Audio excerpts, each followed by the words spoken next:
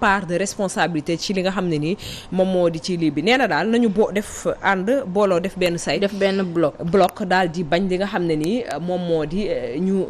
ñi nga xam ne ñoom ñooy bañ ñu criminaliser mbir mi ñu jox leen li nga xam ne moom la ñuy dagaan muy baatu askan bi noonu la ko waxee ci li nga xam ne moom moo di vidéo bi circulé ba tax na ci biir commentaire yi ñu bëri dañ koy wax ne defatina li nga xam ne nii noonu lañ doon séentu ci moom en tant que sëriñ en tant que guide religieux waaye itam ci baayam bu baax ba nga xam ne ñu ngi ñaan sunu borom dolli ñu li nga xam ne moom moo di ay leeram nee na ñu defatina li nga xam ne ni moom lañ doon xaar ci moom ndaxte moom Mame Dabakh bi mu fi toogee saay bu mbir yi amatee comme yu mel nii rek danaan génn di wax donc li mu def nii du guléet ci kër gi nga xam ne ni foofee la bokk ñu bari tam ci biir commentaire yi ñu ngi koy sant di ko gërëm ci mbir mi te dañ ko dooleel bu baax a baax comme ni mu ko waxee ci li nga xam ne nii moom moo di ci mbir mi mais am na ci ay commentaires yoo xam ne nii comme kii di wax ni on entend des déclarations de presse mais pas des communiqués am na ci daal ay mbir yoo xam ne ni ñin ñi ñu ngi koy wax ci biir commentaire yi xëy na tam comme ni ko Pape doon waxee léegi am na ci ay information yoo xam ne ni yuñ ci dëxëñ nit ñi jotuñu ko xam bu baax a baax rawatina ñi nga xam ne ñoom ñoo di ñi nga xam ne ñoom ñoo di mbokk askan bi ñenn ci ñoom da ngay gis ay question yoo xam ne ñu ngi koy posé ci biir ak yu ni mel ba tax na ñu ngi wax ne sëriñ si ci boppam bu fekkente ne ñoom seen signature mi ngi ci projet de loi bi nga xam ne nii yóbbu nañ ko ci l'Assemblée nationale nee na il faut ñu génn tam def ay déclaration bari na ci ñoo xam ne ci biir commentaire loolu la ñu wax nee na sëriñ si génn addu ci mbir mi def ay déclaration maanaam dëggal que ñoom seen signature dëxañu na ci biir li nga xam ne moom moo di projet de loi bi te la ñuy santaane ak di ko wax mooy képp koo xam ne taalibe nga aju ci ñoom na nga génn wax ci mbir mi comme sëñ Habib ni mu ko defee donc nekk na loo xam ne li mu def ñu bari ci askan wi daan nañ koy saluer geste bu ñu saluer la Fatima. macha allah mu nekk geste bu noble mu nekk geste boo xam ne ni dañ koy xaar ci képp koo xam ne kilifa diine nga coro. d'accord dañuy daal di waaw Assane. ce n'est pas une surprise, ce n'est pas une première. moom déjà yàgg nañ ko dégg si ay prise de position yoo xamante ne ça concerne la société mooy rôle am. donc il est dans son rôle et ñu koy siy sant def njëkkeewu ko déjà si famille bi mu bokk. kilifa yi nga xamante ni ñoom ñooy ay kilifam xalif bi yàgg na def ay sorties avant projet de loi bi ñu koy teg. c'est vrai jëm si wàllum góor jigéen yi ak ni nga xamante noonu lañ war a taxawee. ak niñ ko war a xeexee donc def na ko defaat ay sorties barki démb yaa yoon communiqué du khalife général des Mourides boo xamante ni dafay dikkaat ci li nga xamante ne moom mooy ñiy xeex ngir góor jigéen jug Sénégal donc ñu amaat li on se félicite déjà du comportement disons de la position de ces autorités là parce que ñi ngi wane ni signature yi ñu doon wax ñoom ñoo ko def dëggal nañ ni ñoom ñoo ko def ñaareelu mbir bi ñi ngi wane ni fi ñu doon xaar ñu taxawee ñu fa ñu ngi ñu fay taxawee et donc ñi ngi ci seen rôle quoi nekk ni donc comme ni mu ko waxee dëkk ci dëkk bi am droit joxe position c'est ça effectivement loolu la moom nañu wax rek mën nañu wax ni du gulet parce que même mars gi ñu génn mars 2021 moom defoon na tamit benn communiqué fii nii ci Walfadjri mu nekkoon loo xam ne lu am solo nekkul li ñuy wax rek ci wolof dugguleet ñu koy séntu ci moom. il faut dire que ñoom guides religieux yi ñoom il faut dire que ils sont dans leur dynamique depuis boobu ak léegi nii wax dëgg fa yàlla ñu ngi seen dynamique juste que benn mbir moo am ñun suñu problème Sénégal mooy maanaam on n'est pas dans un pays islamique. loolu kase mooy suñu blocage mais bu desoon ci wàllum diine kase non li ñu bëgg ci wàllu yu am nañ ko yàgg na. c'est vrai te Pape mi ngi koy wax léegi bari na ci ñoo xam ne ni ci mbokk yi amuñu les informations qu'il faut. ci commentaire yi da nga koy gis da ngay xam ne askan bi am na ci ñenn ñoo xam ne ni. teel mën a jax lañ ci mbir mi rek waaw man ak ñoom a ci yem amuñu les informations qu'il faut surtout nag taxawaayu ñi nga xam ne ñoom ñoo di guides religieux yi ci mbir mi ndax ku ne xam na ne seen taxawaay moom. dafa radical kenn gisu leen ñu yox ci benn yoon. donc di leen waxaat ne leen ku ci am yenn information yi mooy que ni ñi nga xam ne ñoom ñooy kilifa diine yi nekk ci këru diine yi ñi ko jiite taxaw nañ ci taxawaay boo xam ne ku ne gis na ko ci seen ay sorties ak ay communiqués ak yooyu ba tax na dañuy daal di ñëw ci li nga xam ne ni moom moo di ci campagne électorale bi comme ni ñu koy defee rek niki démb ak barki démb doon nañ fi wax li nga xam ne nii moom moo di violence bi am ci campagne électorale bi ak yooyu mais au-delà de violence bi ci am dañuy seetlu yeneen ak yeneen yoo xam ne ni da ciy am moo sax mën a tax ba violence boobu di ci juddu muy wàllu xarfa xuufa yi nga xam ne ñu ngi koy seetlu te ñu koy def du ñenn ñu dul nag ñoo xam ne nii dañ leen a teg ci bopp réew mi ay ministre ak yeneen parce que Amadou Hott mi nga xam ne nii gis nañu photo bi di daw du lu ñu monté du loo xam ne nii kenn dina ne lii dañ ko dugal ci loxo waaw dañ ko dugal ci loxo moom moo ko yor ab béjjënam bu xonk kenn xamul nag béjjënu lu mu jàkkaarloo ak askan bi ci bi muy def entrée ci foofu nga xam ne moom moo ci ab meeting bu mu doon amal yor béjjënam daal di joxoñ ñi nga xam ne ñoom la jàkkaarloo lu ni mel nag am taxaw seetlu ba ci wet gi sax gis nañ fa nee nañ benn dàll bu ñu xaatim ñii di wax ay nen yu ñu xaatim ñii di wax leneen ak leneen ay béjjënu fas ak yeneen yoo xam ne ni ñu ngi ko fa def ñuy wax naan bal avant affaire bi di commencer dañu doon jël ay glace di suul jël xorom di wis ak ñoom seen mu mel ni ci biir commentaire yi da ngay gis ñu ci bari loolu cumukaay la ku nekk kay war ngaa am cumukaay mel ni ku jëm ca làmb ja bari na ci commentaire yi ñoo xam ne ni dañ doon wax naan kan lay bëreel ci ban arène la jëm exactement. mais ci bëri la jëm parce que ba may concurrent làmb ja la jëm ñoo gën a mystique bëri. wóor na yàlla je ne dis pas que Amadou def mystique. dara wóor mais non politique bon nuru na ko parce que am na benn publication bu ma lire mu naan ñu naan dafa doon dem si joolaa yi. muy jéem a imiter seen culture. waaw c'est une excuse wóoruma ndax c'est ça ou pas. mais quoi qu'il en soit. l'image n'est pas belle mais su doon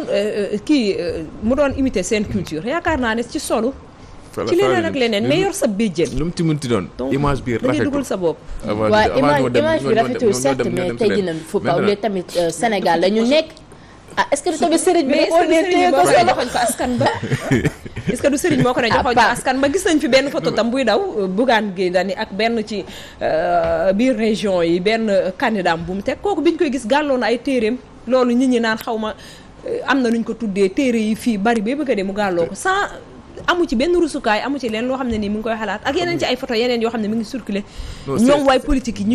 ñu koy jëfandikoo bu baax a baax. c'est un terrain moom très miné. terrain bi nga xam ne foofu lañ nekk ne surtout période bi ñu nekk période campagne bi daanaka peut-être moom moo feeñ mais secteur la boo xamante ni y a énormément de mystique énormément de choses on se rappelle bi nem si yàlla Ousmane Tanor Dieng bi mu fi dëddoo le chef de l'État bi muy dem village ba oto ba mu tàkkee qu'est-ce qu'on n'a pas vu lan lañ gisul et là je parle du chef de l'État yan image lañ gis boobu jour boobu donc ku gis loolu lii war laa bett ça veut dire que dañ ko ancré si suñu dund parce que yemul ci ñu wax ko nag yemul ci waay politique yi daanaka dafa nekk si dundu sénégalais yëpp malheureusement muy làmb ji muy si entreprise yi muy presse beeg yeneen entreprise donc dañ ko mooñaaleeg ñun malheureux et c'est malheureux bu fekkee ñi nga xamante ni ñoom la ñuy xaar ci yenn image yi ci yenn modèles yi ci yenn comportement yi ñoom ñoo ñëwee wan ces choses là ça veut dire que ñoom jàpp nañ ni lépp fii la war a jaar ku jaarul fii daanaka mook ñu tër la facilement ñu éliminer la et là c'est là que c'est dommage malheureux et ici on a un ministre candidat moo ci gën a daw yaram koo xam ne ni askan bi dañ la wóolu ba teg la ci place jox la sunu ay doole jox la sunu ay voix pour nga toog ci foo xam ne ni tey ji dañuy am sunu ngëneel yow amoo dara looy kiir parce que buñu dee làmb ji affaire bu individuel la buñ nee presse bi comme tey ji ngay bëgg place ci feneen ak feneen affaire bu mais yow nit koo xam ne nii dangaa war a dagaan baatu askan bi na nga koy dagaanee du leen du dem ci sëriñ si pour xaatim leer non loolu tam c'est nekk na ay mbir yoo xam ne nii en tout cas daal Coro c'est pas interdit par la loi aussi hein. Coro dafa rafetlu mais luñ ciy def mais dafa doon lu ñuy fësal mais rafetlu dafa woon fësal mais fii ku bëre wu tamit ñu bëre daaru sa kaw de deux choses ma su ma ko sëriñ dégaloo dama naan la du ma ko def deux choses rafetul on est tous d'accord que image bi rafetul Pape Ndiaye dit que loi terewu ko wax na dëgg loi terewu ko troisièmement on ne sait pas ndax da koy def pour protéger wu wala pour ñeneen donc voilà y a beaucoup de questions yoo xamante ni dañ ñëwaat sa ci affaire Mbaye Babacar bi lii diine la aada cosaan la dañ ñëwaat ci yaras gisuma ci dara lu grave c'est ça wax dëgg yàlla image bi peut-être y a beaucoup de questions yoo xamante ni amuñu y a beaucoup de questions yoo xamante ni amuñu réponse bi nag quoi mooy lan c'est-à-dire ñun on est au Sénégal aada boo ou bien xeet boo gis rek am na ay cosaanam lii dafa bokk ci suñu cosaan d'accord mais que muy joolaa bi fi mu doon jëm ay joolaa lañ que muy lébu bi que muy saraxun baalu ku nekk am na loo xamee ne muy sa rondol sa biir kër nga ba comprendre nga mais cooli mooy que nga jëm def en sorte ba loolu mu des ak yow mu am sutura maanaam xam nga loi terewu ko mais Pape doo génn tamit maanaam jël say téere def ko ci sa kii xam nga en tant que une personne publique loolu c'est des choses yoo xam ne maam galaaj bi en fait dafa am benn dafa rafetlu ci et puis dafa am quand même Pape sax lii nii dafa dem dafa commencé di dafa dem ba commencé non mais attends dafa dem ba dafa commencé di feeñ chaque jour ci discours autorité yi xool le président Macky Sall récemment bi ñuy kuy jox drapeau au lion mais dem na ba si biir dernière phrase bi mu utilisé mooy xaw ma ñoom kii ñu dugg ci seen xaru affaire yooyu noonu c'est-à-dire dafay day def paresse ci sénégalais bi ci ndaw mi nga xam ne mu ngi lay suivre. d'accord lu mënta ñàkk la lu mënta ñàkk la dañu daal di dugg ci beneen sujet balaa temps bi du ñu xoj ba tey ci wàllu politique évoqué nañ ko barki démb mu di Fatoumata Ndiaye Fouta Tampi du ñu tàyyi ci di ko andi puisque tàyyiwul di wax tàyyiwul di def ay vidéo am Fatou Ndiaye Tampi ñi nga xam ne ñoom ñoo di ñenn ci internet yi nee nañ kenn xamul lan la bëgg exactement. fu mu toll ni kay kam Tampi moom. waaw non tampaani ba tey Fouta tampaani ba tey Fouta Tampi ba tey comme ni ñu ko waxee Fouta wéllaani wélaadi booy tàmpi mooy sonn na ba tey parce que moom ca coono ga mu wax dem na sax ba woo ki nga xam ne ni moom moo di ndeyu réew mi di Marième Faye Sall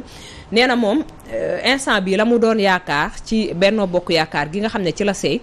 nee na gisu ko nee na te coonoom yëpp Benno Bokk Yaakaar ñoom ñoo ko teg ndaxte moom nee na tas na ci sëyam dem na ba ñàkk ci sax dépense boo xam ne da koy dundee moom ak njabootam ci jigéen yoo xam ne yoratul borom kër nee na ci rey boppam ak nee na ñu honoré ak léppam ñu koy bafoué ci li nga xam ne moom moo di ci réseaux sociaux yeeg yooyu te nee na terewul xelam ak xolam ba tey jii nañ ko déglu tuuti rek tapeen da ak Isaaxa may ñu ci tuuti ñu déglu ko ci wax sant naa la gërëm naa la gëj naa génn nag waaye du dara tey jamono yi la rek ma am tey nag naqaru xol ma am tey lu ma metti te boobu tey kenn déggul ma wax ndax Fanja ku ko xam na ci APR la bokk donte nag damay xeexal waa Fuuta donte damay xeex ak yelleefu Fuuta ba ma jógee tamit def Fuuta Tampi am 25 cellules ma gis ne ñu ngi def récupération politique pour war a daan président Macky Sall war a dal ci kaw mu war a jóge ci man ma xam ne loolu du sama wareef te du sama cër waruma ma bañ a nekk récupération politique ma bañ kuy jaar ci man pour éteindre son excellence monsieur le président Macky Sall ma dellu ginnaaw ànd ak APR taxawul APR di xeexal APR dégg ci lu ne ay menaces de mort wax ju bon ju ñaaw ju ne ñëpp teg ci seen bët fii Sénégal taxul ma xaar di taxul ma bàyyi benn yoon waaye APR fayu leen naa du xoromam man Fatou Ndiaye may jigéen sama sëy tas wéeruma ci kenn ku du yàlla gonte beeg sëñ Babacar may rey sama bopp ndax APR dem ba mënumaa fay sama kër di sagal sama bopp dem lebb ji oto ci ku ñu naan baabu mu lebal ma oto plus de 6 mois mënumaa fay oto bi ba mu may yónnee ici kayit yaa ngi nii lu amul seede baaxul kayit yaa ngi nii boo leen ci wootee duñ ko def kayit baa ngi nii mu ngi nii décharge baa ngi nii bu ma fayulee ñoo jël si ko mu ngi nii ma sonn lool yaakaaruma ci kenn ku du ci yàlla yonante bi sëñ Babacar ak waa APR man président bu ko neexee bu ma recevoir amul benn problème danaa ko gérer mais première dame yaayu nation Marième Faye Sall mi tëdd ndey ji seex di jàppale ñëpp te yàlla rek tax Marième yitte woon naa ko ma jàppale Marième soxla naa ko ma jàppale première dame dama di jigéen wéet lool ci xare bi di dégg lu ne sama mouvement frustré wu xawma lu may def. Fouta Tampi Fatoumata Ndiaye Fouta Tampi wàllam lay laaj ci nar wi maanaam seddoo bi ak la muy dégg ak yooyu xëy na nag ci fi mu ko defee ci moment bu baax la fu mu génnee vidéo ndax gis nañ semaine bi vidéo baa ngi daw ci réseaux sociaux yi te ci fi nga xam ne moom moo di ci ay réseaux sociaux am ci la ko partagé du ci mel ni Twitter ak Facebook ak yeneen pour mu mën a tas bi ko yenn ci site yi gisee tas nañ ko waaye tam ñenn ci internet yi nga xam ne nii waaye wàllum politique da leen a yëngal daal di nañ koy jël daal di koy publier waaye tam di ko ci xas ak di ko ci ŋàññ di ko wax ne rek waxul daraay jom deful daraay jom te deful fulla am na ci jigéen ñuy dem sax di avancé bay wax naan moom Fatoumata Ndiaye Fouta Tampi dafa rusloo jigéen dafa ruslu fi jigéen war a taxawee ak lañ doon xaar ci jigéen donc ñoom dañu taxaw ñoom ñëpp pour wax ko ne basta na arrêté doy na ndax wàllu politique ak sa ak alal ak loo def ci sa gafakat donc bu ko jaralee à chaque fois heure bu ko neexee muy ëlbati robbam di solaat ku ci neex nga ne moom laa àndal bu tayee nga ne damay xeexal Fuuta bu subaa nga ne président de la république moo ma ñor bu ginnaaw subaa nga ne yor ma dërëm bu lii parce que instant bii nii fan yi passé li ci gën a doy waar ci biir commentaire yi nee nañ jamono yi passé gisoon nañ ko ci biir chaîne musicale bi ci Waali mu génne di maye xaalis boo xam ne ni dafa takku jigéen Antoine Diop c'est ça baatre waykat bi di ko te ku ne xam ne waykat yi ñi ñuy way aussi xaalis la ñuy séentu ci moom ba mu génnee xëy na rus jàpp na ko mu génne ne Waali moo ko joxoon la mu doon maye après nit yi di ko moqué ci loolu ba tax na gis nga génn na nee na oto ba mu leboon amul lu mu ko fayee ba huissier jox na ko lii dañ ko yóbbu ci yoon këram ba mu dëkk amul lu mu ko fayee te mu ngi ci woon day ji seex comme ni mu ko waxee Marième Faye Sall mi nga xam ne tey ji mooy yaayu nation bi pour mu ñëw jàppale ko ça veut dire que moom amu ci benn rusukaay dafa taxaw di laaj xaalis lay laaj wàllam ci nar wi lay laaj ana càmmiñam Antoine moo jaaxal ñëpp parce que utiliser nañ koo pare bu ñu raay wax ji utiliser nañ koo pare daal di koy yëkkati nag ba ca lañ ko doon utiliser teg ko nee ni tege nekk ci seeni yeneen moom tamit ak mentalité am fa mu toll ak ñàkk doyloom ak